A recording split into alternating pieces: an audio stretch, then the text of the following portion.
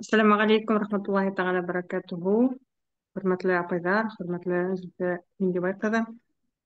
Также всех приветствую, кто будет смотреть у нас в записи.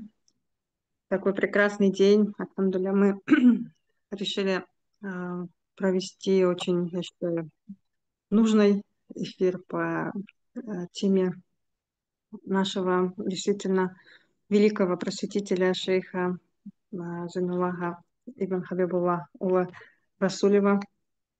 Потому что его личность, я считаю, что еще до сих пор полностью не раскрыта. Это для нас, для нашего народа, независимо те нации, которые застали его, и те, кто продолжают жить, да, вот на этих землях, я считаю, что они поистине а, были, ну как сказать, удостоены, да, то есть это люди, которым очень повезло, это те люди, которым и нам, в том числе, Аллах Субхану ва Тааля даровал огромное сокровище. И сегодня наша задача раскрыть, да, чем же именно Зайнулла сын Хабибулла в этом преуспел, какой именно вклад он внес. И тема нашей сегодня встречи называется «Учитель, опередивший время». То есть преподаватель, просветитель, да, который жил 100 лет тому назад, уже применял тогда те действительно методы, которые мы только-только, может быть, сейчас активно внедряем. И в этом вот одно из таких, действительно, можно сказать, караматов, да, Зайнуллаха Расулева. И сегодня вот в нашем клубе и в целом для наших тоже подписчиков нашей онлайн-школы очень любезно согласилась, пришла на наш эфир и нашла действительно время в своем очень в графике, да, Зульфия Миндибаевна. Действительно, я думаю, что именно она, редактор газеты «Ассалям», сможет достойно рассказать нам, донести, так как она ведет и вела до этого достаточно широкую исследовательскую работу, участвовала в редактировании новой книги, которая была посвящена Зайнуллаху Расулеву под редакцией Аклима Апай Сафиной. И давайте сейчас слово вам, Зульфия Миндибайкада, по поводу, в целом, кратко, можно сказать, биографии в начале. Ассаламу алейкум рахматуллахи баракату. Кадрлидин Кардаштар. Мне очень приятно сегодня вести с вами беседу о нашем великом шейхе, о нашем выдающемся сыне башкирского народа Зайнулле Расулеве. Пусть его место будет в раю, пусть его макам будет высокий, пусть он будет возвеличен в степенях. Зайнулла Расулев, наверное, многие уже знаете, родился 25 марта 1833 года. Родился он в день Курбан-Байрам. Родился в очень набожной семье. Со стороны отца очень хорошо расследована его генеалогия Шежере, и он принадлежит башкирскому роду Куакан. И его роду есть очень много известных богословов, одаренных людей. В седьмом колене прадед Зайнулла Расулева Мурат Кабыл, он был очень известным ишаном, известным шейхом того времени. Со стороны матери тоже были очень известные религиозные деятели, в том числе известные в Башкортостане Азансура Ишан. Еще родственником матери был, как его назвать, Вахид Диуана, Вау Диуана теперь Кандерона, как называют, ну, юродивый тейлер, манистики твейтелер руса. Вали, да, можно так. Вали Аллаха. Вот. И именно он предсказал матери Зайнулла Расулева, что у него родится необыкновенный сын. Вот.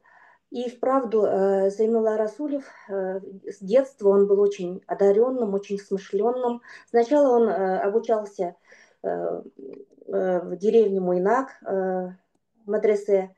Затем вместе со своим учителем он переехал в село Ахуново, обучался там. И уже когда ему исполнилось 17 лет, он по совету друга решил поехать в Троицк. И уже обучался в Троицке. У него были хорошие знания. Когда вернулся к себе в село, его назначили имамом-хатыбом другого села, села Аккужа. Он в этом селе женился на Гульбагиде Галиуллиной, это его первая супруга. А вообще говорят, что у него было 6 жен, ну, кто-то с кем-то он развелся, кто-то ушел из жизни. И у него насчитывается вот выживших, из выживших детей где-то 18 детей, а может и больше. Просто история, вот, она еще не изучена полностью. Да. И в это время, в 1858 году, когда он переехал в село Аккужа и начал свою деятельность, он решил вступить, он решил познать тайные знания и решил вступить в накшбандийский тарикат. Для этого он едет в Челябинскую область, теперь Челябинская область, но это башкирские земли, находит себе муршида, устаза. Его устазом становится Габдальхаким Сардаклы, Габдальхаким Курбангалеев. Это очень известный человек, вообще они известны в Челябинской области. Они содержали знаменитое Медиакское медресе. Его сын Габидулла Курбангалеев был мударисом этого медресе, а еще его внук Габдулхакима Сардаклы, Мухаммед Хай, Мухаммед Габдулхай Курбангалиев, он был первым муфтием Токио.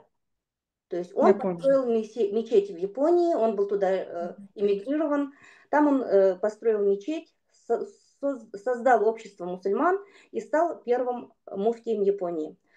Затем он, конечно, вернулся к себе на родину, но семью свою оттуда он привезти не смог. Всю жизнь он скучал, страдал без них. Вот. Похоронен он в городе Челябинске, недалеко рядом с мечетью. Его называли, его так и называли в народе Япон Мулла или называли Хромой Мулла. Вот это потомки Габдулхакима Сардаклы. Сам Габдулхаким Сардаклы похоронен в деревне Айбатово Челябинской области. Вот.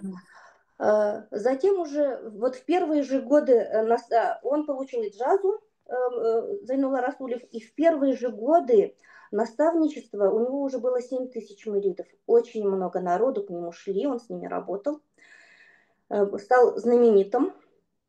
Затем он решил отправиться в хадж. Когда поехал в хадж в 1969 году, он встретился, он поехал через Стамбул, и там встретился с шейхом другим шейхом накшбандийского тариката, шейхом Ахмедом Зиауддином Кумшханави. Он там занимался духовными практиками, халяват таутраван, то есть был в уединении, держал пост, совершал духовные практики и затем отправился в хадж. В хадже он встретился с очень известным хадисоведом, богословом Мухаммадом Аль-Витри. У него он получил, Мухаммад Аль-Витри был очень известным в тому времени ученым. Он был, у него был накшбандийский тарикат, у Мухаммада Аль-Витри, кадирийский тарикат и шазалийский тарикат. Вот у этого наставника Зайнулла Расулев получал знания и получил иджазу на преподавание многих наук. По возвращению из хаджа он опять встретился со своим, опять встретился с Зиауддином Кумушханави, и Зиауддин Кумушханави, через него он вступил второй раз в братство Накшбандия. То есть он поменял своего устаза. Но, тем не менее, он очень уважительно относился к своему первому устазу Абдулхакиму Сардаклы, всегда с большим уважением о нем говорил. Но бывает так, что человек, он растет, развивается, и ему нужен уже другой учитель. Вот так же было и с Зайнулой Расулевым. Когда вернулся, конечно же, многие, так как он был очень набожным, имел глубокие знания, у него был очень хороший нрав у Зайнула Расулева, и многие муриды Абдулхакима Сардаклы перешли под наставничество Зайнула Расулева. Естественно, Абдулхакиму Сардаклы это не понравилось. И между ними вот эти теплые отношения, они, то есть с его стороны, прекратились, к сожалению. И в то же время, когда он вернулся, уже начали писать вот некоторые, как вам сказать, последователи, там, Абдулхакима Сардаклы, приближенные, да, и другие, кто придерживался типа традиционного направления ислама, да, они начали обвинять Зайнулу Расулева о том, что он вводит нововведения. Какие же нововведения они ему Приписывали, да? приписывали? Да, приписывали. Во-первых, Зайнулла Расулев проводил коллективный зикр. Коллективный зикр, это проводилось, он выезжал много, ездил по районам, собирались где-то на природе, да, делали коллективный зикр, и входя в экстаз, некоторые там иногда какие-то там выкрикивали, ну, В состоянии фана входили. состояние экстаза было у некоторых, да, естественно, это как бы люди же не понимали этого, что они как бы из-за любви к Аллаху у них вот это все происходило, такие вот моменты, экстаз происходил у людей, да. Потом приписывали второе нововведение, то, что он проводил мавлиды. Тоже вот это не понравилось, сказали, нет, это там введение, это бедрат. И следующее нововведение приписали, сказали, что он привез четки, он много четок привез, что вот они теперь делают там, четки перебирают, там зикры делают, говорят Аллах, Аллах, Субханаллах, то есть вот эти моменты тоже они посчитали нововведением. Дальше то, что он привез шамаилы для украшения мечетей, для украшения домов, шамаилы, да, это тоже как нововведение. Ну и благоухающие масла, то, что он привез, тоже посчитали как нововведение, написали донос и начали его допрашивать, несколько раз допрашивали, а потом уже все-таки сослали на ссылку. Сначала он содержался в Златоусте, потом в Вологодской области он был, и потом уже ему смягчили и в Кострому отправили. Где-то в итоге он 8 лет был в ссылке, и потом, когда вернулся оттуда, уже в 1882 году он еще раз поехал к своему муршиду, он еще раз съездил к своему наставнику Ахмед Зиауддину Кумушханави. Кстати, Кумушханави был очень известным в то время религиозным деятелем. Его могила находится в Стамбуле. Вот если вы будете в Стамбуле, вот многие, когда туристами едут в Стамбул, они посещают мечеть, комплекс Сулеймания. Вот в этой, да, там есть и захоронение, там есть и место Айрам Тюрбейнда, Айрам здание, место захоронения Хюррем Султан, вы же смотрели «Золотой век», знаете, да? Там есть здание, там есть мечеть, и там есть опять тоже тюрбе, как это по-русски будет? Здание, и там захоронен сам Сулейман, и рядом с ним захоронены его приближенные, некоторые жены, дети. И вот когда выходишь из этого здания, где захоронен сам Сулейман Султан, направо, если посмотришь, прям у входа находится могила Зиауддина Кумшханави. Мгм. Вот. Дальше, ну, после возвращения он стал знаменитым, все его знали, он вел большую работу среди населения, он много работал с населением, он выезжал по деревням и разыскивал одаренных детей, одаренных детей. Обучал их. И вот после возвращения из Стамбула его пригласили в Троицк. Его пригласили в Троицк в качестве имама в мечети, и чтобы он вел преподавательскую деятельность. Потом уже обосновавшись в Троицке, он организовал вот это знаменитое сейчас, вы знаете, да, медресе Расулия. Медресе Расулия. Мгм. Это медресе, оно, чем же оно было отличительно от других медресе? Вот если вот я сегодня упоминала про медресе Медияк, да, если медресе Медияк, она была полностью, там обучение велось по старой методике, полностью по старой, академистское направление было. А Расулию он преобразовал как смешанный тип. Не только джадидитской, не только новой методики, а академистское и джадидитское направление. Оба он объединил. И в этом медресе вместе с религиозными науками преподавались все светские науки тоже. Преподавались русский язык, и физика, и химия, и математика, гигиена, этика. Там очень много интересных предметов.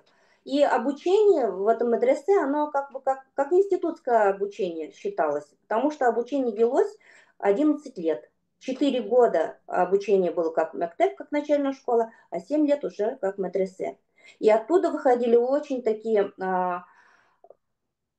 грамотные специалисты, и очень многие известные люди среди башкир, интеллигенция, они закончили именно вот это медресе Расулия. Среди них есть и писатели, и журналисты, и религиозные деятели, и общественные деятели, политические деятели, и врачеватели. Настолько там готовили вот таких людей, которые могли работать в разных сферах. Сама медресе, около медресе было построено общежитие, пансионат для шакирдов. Были, конечно, шакирды, которые снимали там жилье, у которых даже прислуга была, были такие богатые шакирды, да, кому-то даже там дома строили обеспеченные родители, чтобы они там могли жить и обучаться. А в этом вот в пансионате там в основном жили бедные студенты из бедных семей, сироты. Они полностью обеспечивались питанием, они обеспечивались одеждой, обувью и обеспечивались учебными пособиями.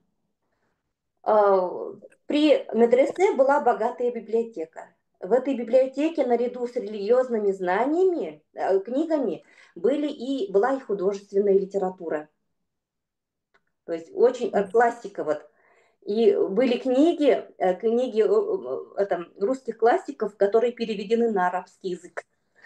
Вот. Мгм. Потом была мастерская, там обучали шакирдов разным ремеслам. Там могли работать, вот настолько основательно, настолько уделяли большое внимание к подбору персонала, который будет работать с шакирдами.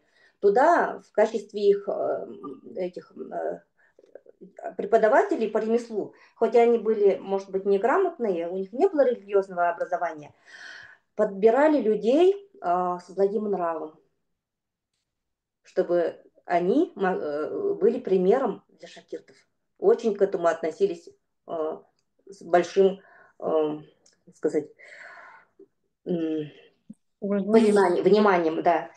Мгм. Дальше там был вишневый сад разбит, у них было электричество, все эти оборудования, это дизельное оборудование были привезены из Германии. И обратите внимание, что Зайнула Шарифи, он же мог себе оставить это в своем доме, электричество поставить.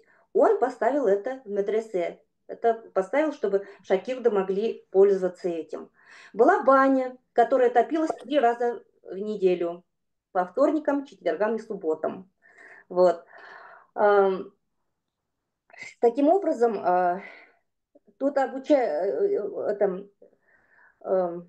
вот если посмотреть на наших врачевателей, да, тут же, они получали и религиозные знания, и светские знания, и обучались какому-то ремеслу, чтобы они могли себя, вот если поедут в деревню, будут работать, чтобы они могли, э, чтобы у них было ремесло, чтобы прокормить свою семью, своих детей. Мгм. Да. А Мгм. некоторые особо одаренные, они становились, то есть они все изучали, конечно, медицину, ты Брилемен, но среди них особо одаренные врачеватели выросли, как наш вот известный Мажаур Хадрят в Баймакском районе, как Шамигол Хальфа в Горчинском районе живет, Файзулла Хадрят, Абдилиловский район, вот, Сисан Мгм. Баишан, Мечетинский район. То есть везде, во всех районах у нас есть такие известные врачеватели, они друг друга знали и знали специфику лечения. Если кто-то там приходил с отдаленных районов, например, Мужавир Хазрат говорил, почему ты так далеко, вот это столько это расстояние прошел, одолел, у вас же там в районе живет вот такой-то, такой-то врачеватель. Он тоже мог бы тебе помочь. Вот, типа, вот Мгм. так они поддерживали друг друга и работали сообща. Так, теперь а, Вопрос у меня вот возник по да, поводу аспекта личности. Вот какие именно аспекты личности и мировоззрения Зайнула Гайшана, да, позволили ему вот организовать такое действительно м, учебное заведение, которое было, можно сказать, да, современным, да, оно для всех современное, вперед. его признали одним из лучших учебных заведений, институтов тогда пишут, французский ученый там пишет, один из лучших институтов мусульманского образования в Европе, Расулия. Мгм. Мгм. Ну, во-первых, Зайнула Расулев был, он же шейхом был Накшбандийского тариката, э, не только накшбандийского, несколько тарикатов у него было, да. Он был, конечно же, одаренным человеком. Он был одаренным человеком. Почему же он искал, вот, находил вот этих, того же Музравир Хазрата, отыскал, нашел. Он сказал, Мгм. приведите его, сдайте ему начальное образование, приведите на учебу ко мне. Вот. Настолько он заботился о будущем республики, о своем народе. Во-вторых, он имел хорошее образование, у него всегда была тяга к знаниям.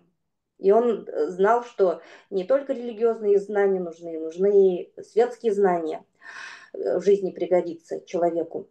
Потом он был очень трудоспособным, тырыш булган, унган булган. Он вообще не терял времени зря, он с утра к нему уже приходил поток людей, кто-то обращался по каким-то религиозным вопросам, кто-то просил материальную помощь, кто-то просил его излечить. То есть с утра у него уже к нему приходили люди. После этого он шел в медресе, давал уроки.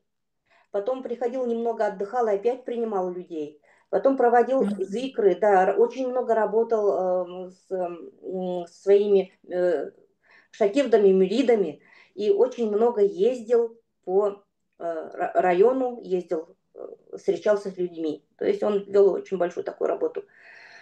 Вот. Я хотела еще рассказать, Лейсан Ильдаровна, я не знаю, сколько там времени осталось, если это интересно нашим слушателям, хотя бы об одной линии ну, то есть его рода. Да, конечно, Да, да, конечно. да. У нас время еще позволяет. Мы с вами сегодня до 7 где-то. Время еще оставим для вопросов, пожалуйста. Если вопросы есть, готовьте где-то на 5 Вот минут. я же упоминала, да, первый журнал, там было несколько жен, да, и есть одаренные, очень известные дети, в том числе вот сын Габдрахман Расулев, это от жены Махуб, да, Габдрахман Мгм. Расулев был муфтием у нас в республике. Очень долго он был муфтием, вроде порядка 30 лет даже. И в годы войны он был муфтием. Его даже вызывал к себе Иосиф Виссарионович Сталин. Да, Мгм. да, и с ним он на вертолете облетал фронт линии, от линии фронта. И после того, как и после всего этого именно по его указке был создан приказ, знаменитый приказ «Ни шагу назад», чтобы не отступали от Москвы, чтобы победить врага. Вот этот приказ был издан «Ни шагу назад». Вот. Там много очень чего интересного можно рассказать о нем. Потом следующий среди его знаменитых потомков это Атилла Расих, известный писатель российский Атилла Расих. Среди его потомков Нафиса Ханум, Нафиса Валидова, это супруга, первая супруга Ахмедзаки Валиди, известного нашего политического деятеля, известного, всемирно известного тюрколога. К сожалению, когда Ахмед Заки Валиди эмигрировал в Турцию, Нафиса Ханум не смогла за ним поехать. Очень Ахмед Заки Валиди много чего делал, много писал, чтобы вывести свою жену. Он очень любил, это была очень красивая, очень образованная женщина. Но вот не смог. И всю жизнь он, конечно, скучал, страдал, но там пришлось ему жениться и обзавестись семьей. И следующий потомок, еще башкирско-казахский очень известный режиссер Малик Якшинбетов, тоже потомок Зайнула Расулева. Ну и среди других, которых я не упоминала, очень много таких благонравных, богобоязненных, интересных людей. И вот я хотела рассказать сегодня про линию продолжителей рода по линии жены Гульбагиды. Это первая жена. От Гульбагиды у Зайнула Расулева родились 12 детей, но все они умерли в младенчестве. И остались только две дочери живы. И одна из них Карима. Вот эту Кариму выдали замуж за Юсуф Хазрата. С Юсуфом Хазратом у Каримы родились тоже двое сыновей.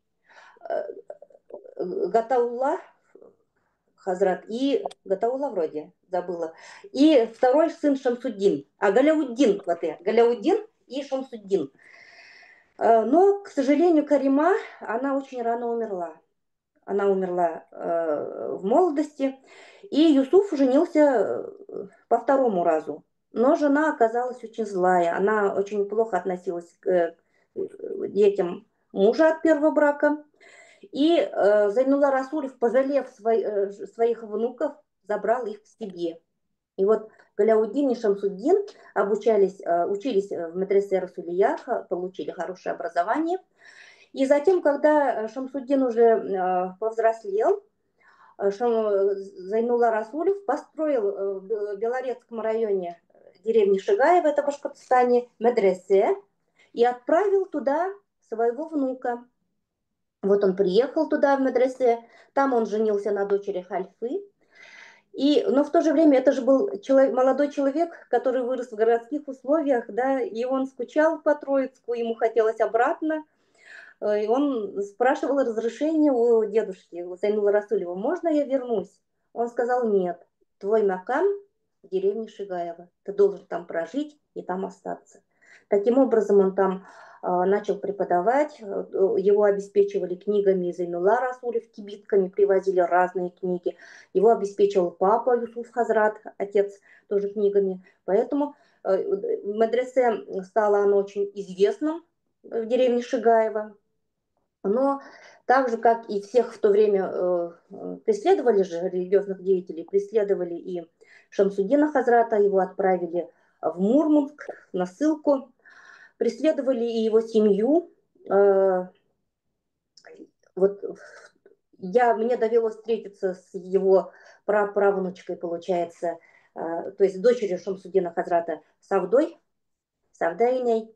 Вот она рассказывала, что мама, как мне рассказывала, когда говорит, отца отправили на ссылку, приходили и за ними тоже. И мама, говорит, меня десятимесячную прятала в сельском кладбище, а сама, говорит, пряталась в болотах. Вот несколько раз вот так они прятались. Но они остались без дома, хотя дом вот был построен э,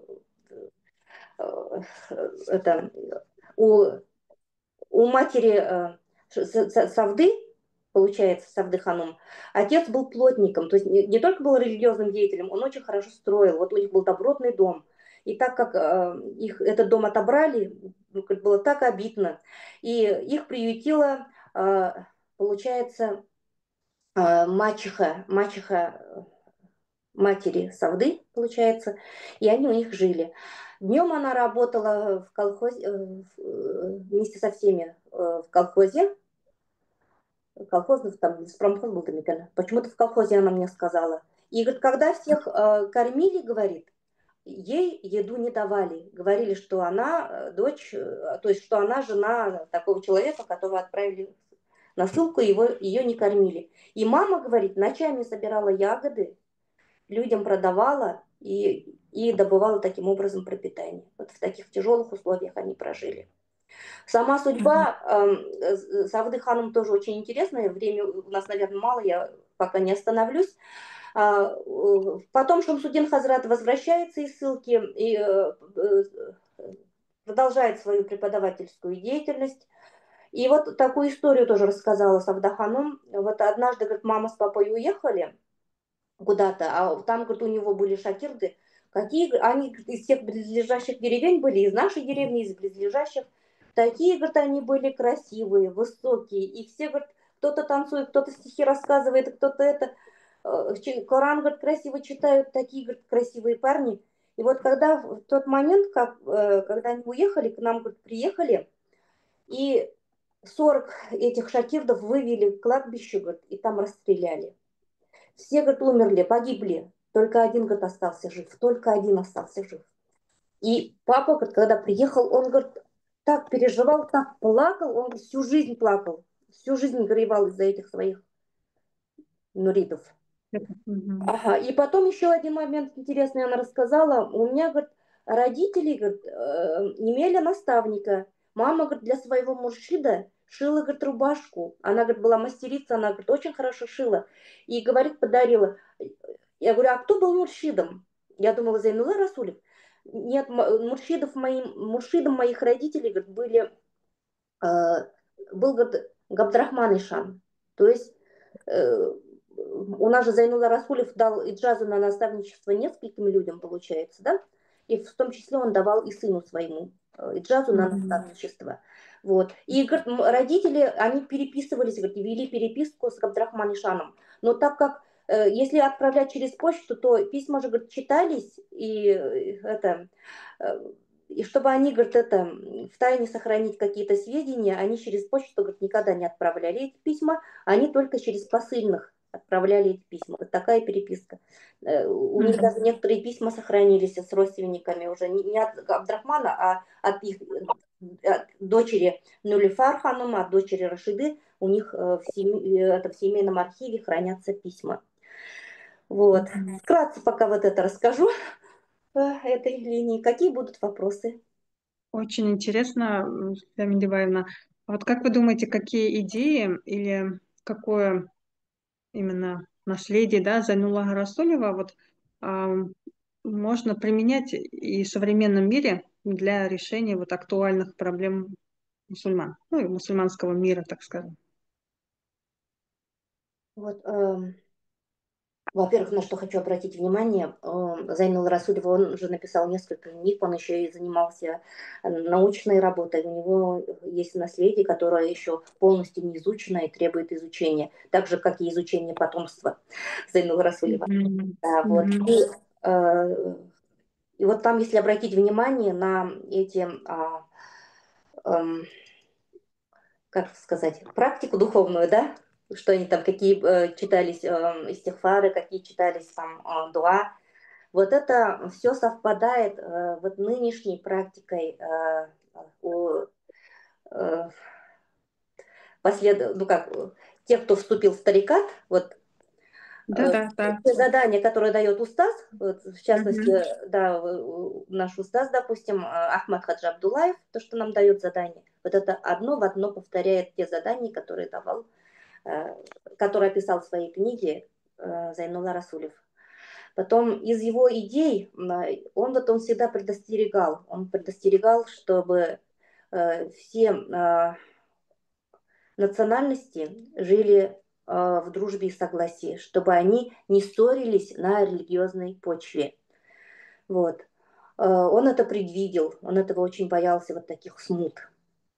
Он был патриотом своего народа, да, но в то же время он настоятельно об этом говорил, чтобы э, люди относились друг к другу, представителям других наций, с уважением. Эти слова у него даже написано в Троицке, там, где он жил, там, где было его медресе, во дворе, вот эти слова прям Мгм. написаны. На Ну и в его медресе же тоже обучались не только же башкиры, и татары, и казахи. И татары, и казахи, и из Средней Азии приезжали, из Кавказа приезжали, то есть там обучались очень много разных представителей разных народов. И Мгм. однажды, недавно я встретила одну женщину, старая женщина, индоказашка, рассказывает, у меня, говорит, папа, говорит, отец, а он говорит, вот у нас, говорит, дома вот был вот такой портрет, и показывает мне. А это портрет Зайнулы Расулева. Я говорю, а кто это? А она говорит, это, говорит, это наставник моего отца. Мой отец, говорит, Мгм. был его мюридом. И отец, говорит, мы жили очень бедно, говорит, отец никогда не стремился к богатству, он пас, говорит, овец. И каждый год он, говорит, копил деньги и собирал деньги в дорогу, и один раз в год обязательно ездил к своему наставнику, говорит, встречался с ним обязательно. Так, говорит, с уважением относился, и вот всегда вот теплые воспоминания о нем, то, что он безукоризненно, говорит, все выполнял, то, что он э, какие задания он давал. И вот его портрет у нас хранился как вот большая семейная реликвия. И до сих пор у них хранится вот это уважение очень большое. Хорошо. Так, спасибо большое. Да, еще добавить хотите, добавлять? Может, у наших слушателей есть вопросы? Э, Да, да, я тут хотела обратиться к вам, дорогие наши слушатели Апайдар. Пожалуйста, если есть вопросы, включайте микрофоны. Ассаляму Я алейкум ва рахматуллахи баракату. На одном дыхании все слушали, так очень интересно, красиво рассказываете, Рахмат.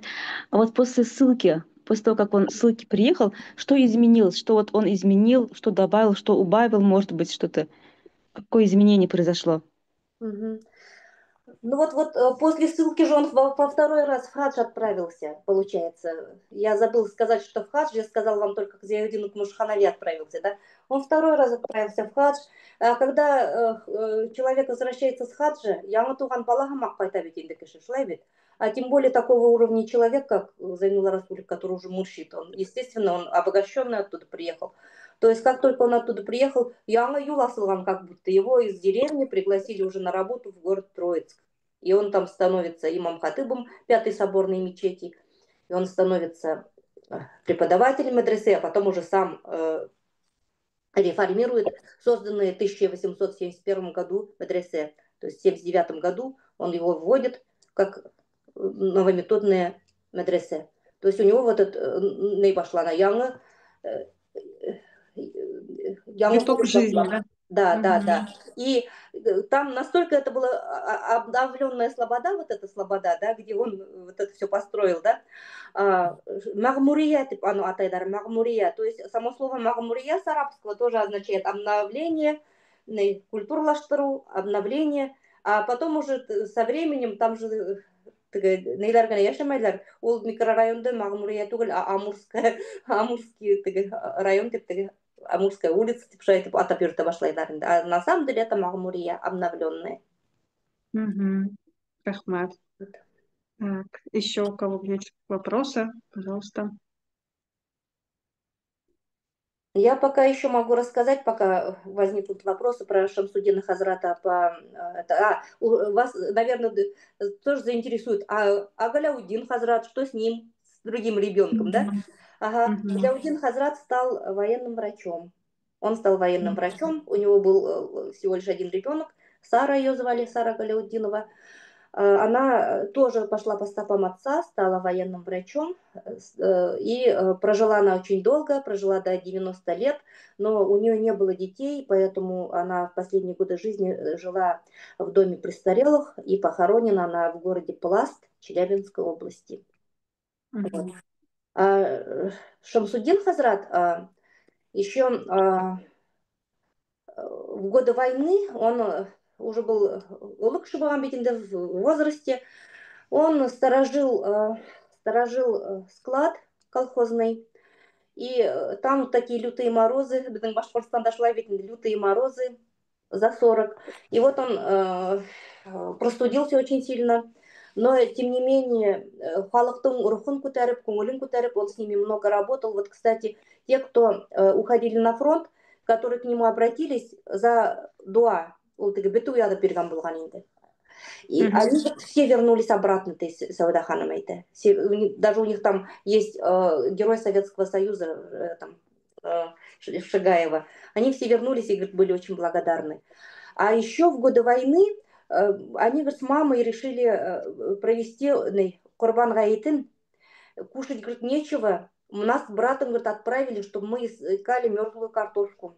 Мы, говорит, прошлись по огородам, нашли мерзлую картошку. Мама, говорит, выжила крахмал, добавила немного муки. И такие, говорит, вкусные лепешки, говорит, она сварила.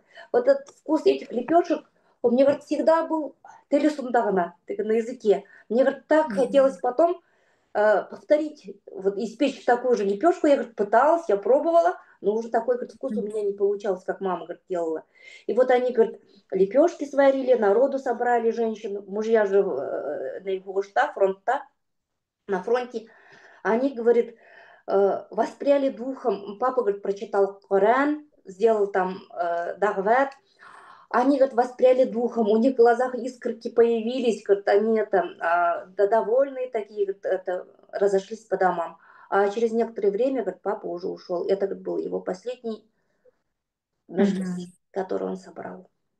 Вот. Мгм. Он похоронен в деревне Шигаево, недалеко от дороги, если будете проезжать. Там же похоронена и Сауда Ханым. Мгм. Мы с ней всю ночь проговорили. Эта женщина очень интересной судьбы. Она много чего мне рассказала. Никому, говорит, я не открывалась. Она много чего рассказала про свою судьбу. Она сама вышла замуж за чеченца, который приехал к ним на лесоповал. Раньше отправляли так на работу. Она уехала туда, в Чечню. Там работала в школе, там удивлялись, все удивлялись, говорят, как тебе вот так отпустили, ты умеешь читать на арабском, ты знаешь русский язык, как тебе вот так просто, без колыма, без ничего так взяли и отпустили. Говорит, и все хотели своих детей обучать именно в моем классе, говорит, в моем классе, аж до 40 иногда, говорит, у меня доходило детей, вот, но потом она очень скучала, конечно, она вернулась к себе, вернулась, замуж уже не выходила, а муж приезжал Мгм. каждое лето и наставлял детей, что вы смотрите, чтобы мама замуж не вышла, старайтесь, чтобы она не вышла. Вот. Таким образом, она приехала с 3 детьми, то есть у них вот такое поколение башкирско-чеченское получилось. Потомки Савдыханом живут в Шигаево, дети. Вот. Мгм. И мама, и папа, говорит, мне говорил, что Кадам, Сауда Кадам, ты, говорит, так похожа на мою маму. Ты, говорит, такая же мягкая, добросердечная, как моя мама. И лицом, говорит, лицом, говорит, тоже очень на нее похоже. И вот когда мы собираемся, бывают же всякие расулевские чтения, бывают конференции, да, приезжают потомки Зайнула Расулева, родственники Зайнула Расулева, и настолько они похожи на Сауда Ханум, то есть у них отличительная такая черта есть, схожесть друг с другом. Вот. Я вам хочу показать несколько книг, если вы позволите. Если вас Конечно. интересует судьба Зайнула Расулева. Это хорошо, что мы сегодня о нем говорим, пусть его душа рухашат булган, Амин. кабірі нұрлы булган, я Раббым. Аллах Тағала мұның мақамдарын тағала юғарырақ көтерін. Вот две книги Леры Пшибаевой и Зайнула Ишан. Можно почитать, люди читают, но эта книга, она художественная. То есть там есть какие-то художественные вымыслы, такая художественная книга Шлайбет и Дэвид. Но, тем не менее, люди, которые не знают тарикат, которые хотят узнать какие-то данные про Зайнула Расулева, им это очень интересно. Люди начинают, вот мне уже сколько человек говорили, ошо китапты укып, тарикаттың неме екенін аңлай башланым. Шурноусын это тоже, да, ценность этой книги имеется. Можете почитать. Она башкорт тілінде бар, рус тілінде бар, как видите. Она и на русский язык переведен. Вот. Потом есть книга очень интересная Марселя Нуруловича Фаркшатова, кандидата исторических наук, «Дело Зайнулы Расулева». Тут уже, так как он историк, это научная книга. Тут все данные, они исчерпаны из всяких исторических архивов. Кострома ягындала йөргән ул, и в Вологодской области, везде он бывал, собирал данные, все это здесь, в этой книге. Тут и имена жен, имена детей, да, документы всякие, где он проживал, ссылка Вахатанда, где он был. То есть мне вот эта книга очень нравится, она документальная. Далее есть книга Дениса Ахметшина «Ушедшая история, но оставшаяся в наших сердцах». Денис Ахметшин, это Абдулла Хадрат Тиберталярана, он живет в Троицке. Очень такой образованный молодой человек, много работает, изучает биографию Зайнула Расулева, знает, много имен восстановил. Кладбище Барвикинде Зайнула Расулев, где похоронен в Троицке. Много таштарын, надгробные читает он, и восстановил очень много надгробий известных личностей там. И очень хорошо изучил биографию Зайнула Расулева. Вот. Тут тоже исторические факты. Тут как обучение строилось в медресе Расулия, также какие-то исторические данные о нем, детство Тургандала Ядган, то есть тоже очень интересная книга. Да, надо отметить, что это была дипломная его работа. Да, это его дипломная работа. Да. И далее вот, бывает же, я уже упоминала, что проводится конференция Зайнула Расулева, и после каждой конференции вот появляется, вот покажу я вам объем, вот такие вот монографии, вот такие эти сборники статей. И тут тоже очень много интересного можно почитать, потому что тут выступают не только наши башкирские там ученые, тут из Москвы, из Казани, из других республик, из Узбекистана, из Казахстана, из Дагестана. То есть очень много исследовательских работ по этой тематике. Мне это тоже очень нравится. Вот. И Мундамили Келердабар, кстати, я тоже дипломную работу в Рио защитила именно по этой тематике. И вот недавно появившаяся новая книга «По следам Зайнула Ишана Дернан». Эту книгу написала краевед Аклима Сафина. На свои деньги она прямо это издала. Тоже видите, какая она объемная. Она, чтобы написать эту книгу, порядка 30 мест они посетили. То есть в районах республики побывали, и в Дагестан ездили, и в Татарстан ездили. То есть они по крупинкам собирали людей, информацию, людей, которые знают Зайнула Расулева.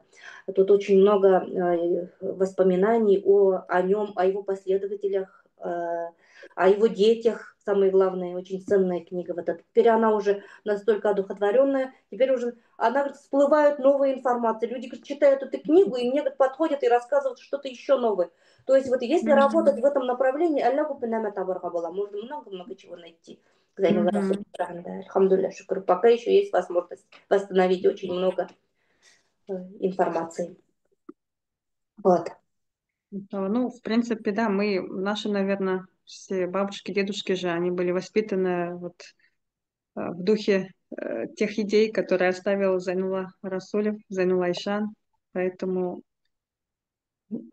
те, наверное, Да, вот еще я бы хотела, да, еще хотела я, пользуясь случаем, если вы еще не знаете нашу газету, если не подписаны, вот те, кто читает на башкирском. Я редактор башкирской газеты «Эссалям». Вы знаете, что газета «Эссалям» на 13 языках выходит, да, ведь в том числе на башкирском. Это не означает, что башкирский полностью дублирует русские газеты. То есть мы где-то 40% даем выступления богословов, да, российских, а в то же время 60% это наша местная тематика. И там мы уже подробно стараемся писать о наших последователях Зайнула Расулева, то есть о его шакирдах, о его детях, о нем самом. То есть очень много полезной информации в нашей газете тоже есть. Алхамдулillah. Да, альхамдулилля. Мгм. И действительно, вот те медресе, те действительно учебные заведения, да, которые были построены на территории Поволжья, они все, можно сказать, были построены выпускниками, и в том числе и Да, сам Зулфар Расулев закладывал фундамент известному медресе Мухаммадия. Некоторых он отправлял в Оренбург, да, Хусейния, да, тоже да. м, Даже, кстати, да, известный вот когда я была у традиционный. Сауды Ханум, она мне сказала, мы там спали там, в маленьком доме, но рядом сын живет, там большой дом, но она сказала, давай в этом доме переночуем. И сказала, что фундамент она был, вот фундамент положена намоленная, это монета, намоленная Мгм. Зайнулой Расулевым. То есть Зайнула Расулев бір тәнке алынған негізіне. Вот. А потом еще она любезно, когда я у нее ночевала, предоставила мне молитвенный коврик, когда я читала намаз, был намадлык, это коврик моего отца, Шамсуддина Хазрата. Альхамдулillah. Машаллах. Да. Альхамдулилля. Вот даже если вот так ездить, да, можно даже вот даже реликвии, касающиеся Зайнула Расулева, можно увидеть, можно потрогать. Да, ну, Мгм. Альхамдулillah, шикар. Альхамдулилля. Так, пожалуйста, есть ли еще какие-то вопросы? У нас еще немного остается времени. Может, есть какие-то уточнения? Так, а в целом, конечно, мы видим, что личность очень объемная, да, то есть все, что сделал Зайнулла Расулев, невозможно здесь, наверное, все упомянуть. И сегодняшний эфир, наверное, я вот специально здесь организовала для того, чтобы сделать анонс вот к следующим нашим, так скажем, занятиям, то есть в рамках клуба, кто у нас здесь в клубе состоит, уже на постоянной основе мы начнем изучать биографию Зайнуллаха Расулева, иншаллах. Его последователи, возможно, да? Да, Мгм. иншаллах. Да, вначале, вот как за основу, я думаю, начать с книги Рауфа Насырова. Вот это Мгм. одна из тех книг, которую я сама начинала. Так, вот у нас вот Аминапай, пожалуйста. Нет. Аминапай, слушаем вас. А вы просто подключились, да? Ага, все, А, хорошо. Я думаю, может, вопрос есть. Вот, сколько там поэтому, минут остается, Лейсан Ильдаровна? да, да, вот, иншаллах, поэтому мы, это, то есть сегодняшняя наша встреча, это не последняя. Вот я хочу сказать, что мы, иншаллах, на постоянной основе будем с вами изучать наших уже местных, так скажем, да, богословов, и самый из них, как самая яркая звезда, это Зайнулла Ишан. Да. И мы должны, наверное, начинать с него, и да, вот так потом последовательно будем изучать его учеников. Может быть, еще какие-то, да, действительно данные вот найдут. Тут у нас тоже есть много из районов, из тех районов. Поделиться. Кстати, Да, вы да. можете написать нам в газету «Ассалям», вот эти, если вы что-то найдете интересное, можете в виде статьи написать, либо нас пригласить, либо сами написать статью, иншаллах. Это же Мгм. будет савап и вам идти. И пока эту газету будут читать, вам как садака джария будет идти, даже если мы покинем этот мир, пока газету читают, это как садака джария будет идти. Да, Альхамдулилля. да, да. Огромная благодарность вам, Зульфия Миндибаевна, за то, что уделили время. Так, Алия Ханум, пожалуйста. Ассаляму алейкум ва рахматуллахи ва баракатух. Я вот хотела спросить, сказали, что Зайнулла Ишан перешел к другому учителю, да? А Мгм. есть вот поподробнее, как это произошло, как это происходит вообще? Ну, первым учителем, я же говорила, Абдулхаким Сардаклы был Гамбетин, Дэвид. А потом он, когда поехал в Стамбул, встретился когда с Зиягин Мушханави, то есть он уже перешел к другому учителю. То есть так как человек был одаренный, ему были уже более глубокие знания. То есть человек может переходить. Это практикуется, это есть у шейхов. Единственное, вот кто-то по адабу, иногда тогда спрашивают, могу ли я перейти к другому учителю, типа иногда вот у своего устаза спрашивают разрешение. Такое есть. Точно так же вот Сайфулла Башларов, который в Дагестане жил, да, у него сначала был другой наставник, Ивит, а потом, когда он всему обучил, чему он сам обучился, он сказал, теперь ищи другого наставника, который ну, больше меня, выше Продолжить, меня да, свой стоит развитие. рангом. И он Да. начал искать. Он везде его искал, не мог найти. Он даже сетельга для наставника-то. Но даже в другой стране, в другом государстве он искал его для этого. Все свои эти деньги туда пустил, да. Но и тут ему приснилось, сказали, что вот надо искать его в Троицке, этого человека. И он тогда возвращается и едет в Троицк, даже не зная еще и куда, как. Просто вот едет, знает, что там он должен встретить своего устаса следующего, и едет к нему на обучение. Вот так обычно происходит.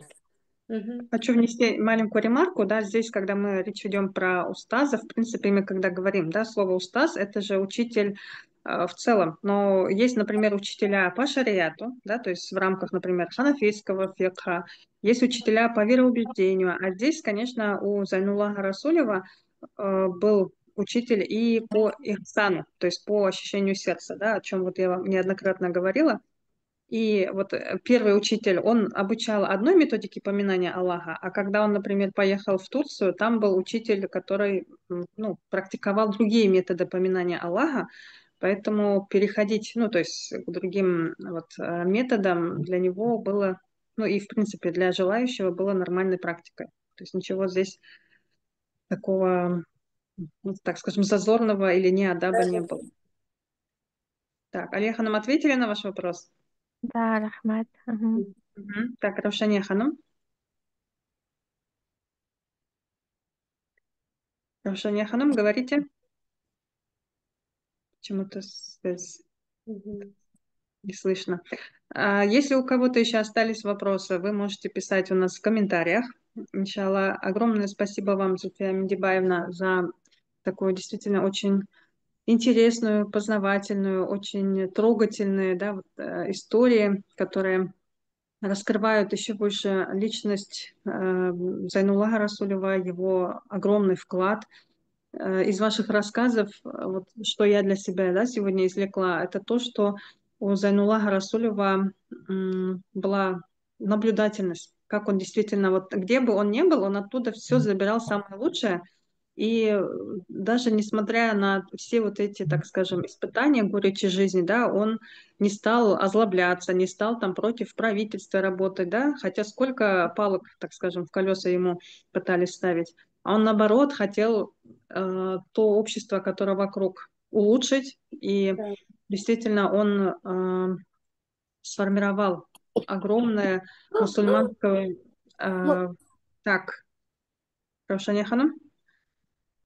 Снова что-то тут с микрофоном. Сформировал мусульманскую интеллигенцию, можно сказать, золотой фонд, да, вот, которым мы до сих пор гордимся, которых мы до сих пор ставим в пример. И это еще раз для нас, да, вот как, наверное, напоминание, что мы не должны ограничивать себя в познании этого мира, что этот мир настолько богатый, что если мы будем постоянно брать знания, неважно, светские, религиозные, да, то обязательно человек будет обогащаться. Зуфия Миндибаева, да, вот Его, когда М? хоронили, 5000 человек пришли с ним прощаться. Все вот, кто услышал, Якында яшәгәндәр, из других государств, из других стран даже мюриты приехали с ним прощаться. И академик Бартольд написал ведь, что ушел из жизни духовный король своего народа. Мгм. То есть, Мгм. если бы он всю жизнь не стремился к знаниям, если бы он опускал руки, и если бы он не работал над собой, он бы таких высот бы не достиг. Аллаһ Тәгаләнең кодрәте менән Аллаһ Тәгалә уга шундай ни биргән, Аллаһ Тәгаләгә мең рәхмәт. Безгә ул шундай шәхесте биргән, иншалла. Пусть у нас появятся такие же богословы, такого же уровня религиозные деятели, иншалла. Халкыбызга үсеп сыккандар. Рәхмәт игътибарыгыз өчен. Да, в завершение давайте мы прочитаем одну фатиху. 3 раза ихляса и дуа, да, сделаем в конце. أعوذ بالله من الشيطان الرجيم بسم الله الرحمن الرحيم الحمد لله رب العالمين الرحمن الرحيم مالك يوم الدين إياك نعبد وإياك نستعين اهدنا الصراط المستقيم صراط الذين أنعمت عليهم غير المغضوب عليهم ولا الضالين آمين بسم الله الرحمن الرحيم قل هو الله أحد بسم الله الرحمن الرحيم قل هو الله أحد بسم الله الرحمن الرحيم قل هو الله أحد سبحان ربك رب العزة عما يصفون وسلام على المرسلين والحمد لله رب العالمين اللهم صل على سيدنا محمد الفاتح لما أغلق والخاتم لما سبق نصر الحق بالحق والهادي إلى صراطك المستقيم وعلى آله حق قدر مقدار العظيم زلفي أبا دواق الهغب يا رب بارك يا رب оқымыш қалам шәлсәлі сұлбаны жүз сопларды біздің өйгілі пайғамбарымыз Мұхаммад Мұстафа саллаллаху алейхи вассалам рұхсатына иштиран я рабби һәм дә уның дүрт сахабәһе Абу Бәкр, Умар, Усман, Гали арзаллаган мөрхтәрнә һәм Нақшбандия тарикат устазлары рухына һәм бигрәк тә безнең Хәбибулла улы Зәйнулла Ишан рухына иштирһәң инде я рабби һәм дә уның рухын я рабби шат кылһаң инде каберләрен нурлы кылһаң инде я рабби уның макамдарын дәрәҗәләрен югары кылһаң инде я рабби Оның урындарын, урмак төрдәрен насип итһәң инде, я Рабби, һәм дә безнең җиребезгә уларга турышлы көчле диндардарның үсеп чыгударын насип итһәң инде, я Рабби. Халкыбызны якты киләсәкле халык кылһаң инде, я Рабби. Безнең республикала барса халыкларда дуслыкта, татулыкта яшәһеннәр, я Рабби. Украинала барган уңыштар туктаһын, я Рабби. Унда йөргән безнең ир егетләребез имен аман әйләнеп кайтһыннар, я Рабби. Я Рабби, халкыбызның бәхетле киләсәген бир, я Рабби. Кыямәт көнендә барыбызга ла Пәйгамбәрбез Мөхәммәд Мустафа саллаллаху алейхи вассалам өммәтем дип сакырганда барыбызга ла уның сафында торуыбызны насип ит, я Рабби. ربنا آتنا في الدنيا حسنة وفي الآخرة حسنة وقنا عذاب النار ربنا اغفر لي ولوالدي والمؤمنين يوم يقوم الحساب برحمتك يا أرحم الراحمين الفاتحة